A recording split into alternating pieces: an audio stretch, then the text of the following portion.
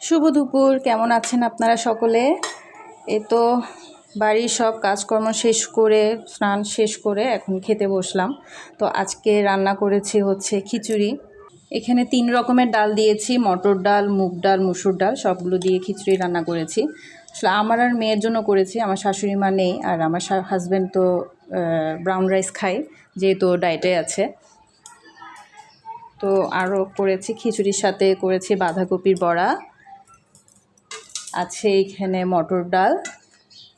আচ্ছা, আরেকটা করেছি, এটা হচ্ছে তিত করলা ভাজি, আলু দিয়ে তিত করলা ভাজি করেছি। অনেক দিন পর তিত করলা আলু দিয়ে ভাজি করলাম, সবসময় তো চাকচাক করে খাওয়া হয়, তো আজকে চিন্তা করলাম আলু দিয়ে তিত করলা ভাজি করি। তো আজকের মেনু নিরামিষ মেনু এটাই, যদিও মসুর ডাল দিয়েছি, মসুর ডালে তো নিরামিষ খাওয়া যায় না, তারপরে শাশুড়ি মার জন্য নিরামিষ খাওয়া হয়, আর যেহেতু উনি নেই এ কারণে মসুর ডাল দিয়ে আর মুগ ডাল তারপর মটর ডাল দিয়ে খিচুড়িটা রান্না করেছি। আর এইখানটা তো আগেই বলেছি ডাল রান্না করেছি। তো আজকের জন্য এটাই মেনু।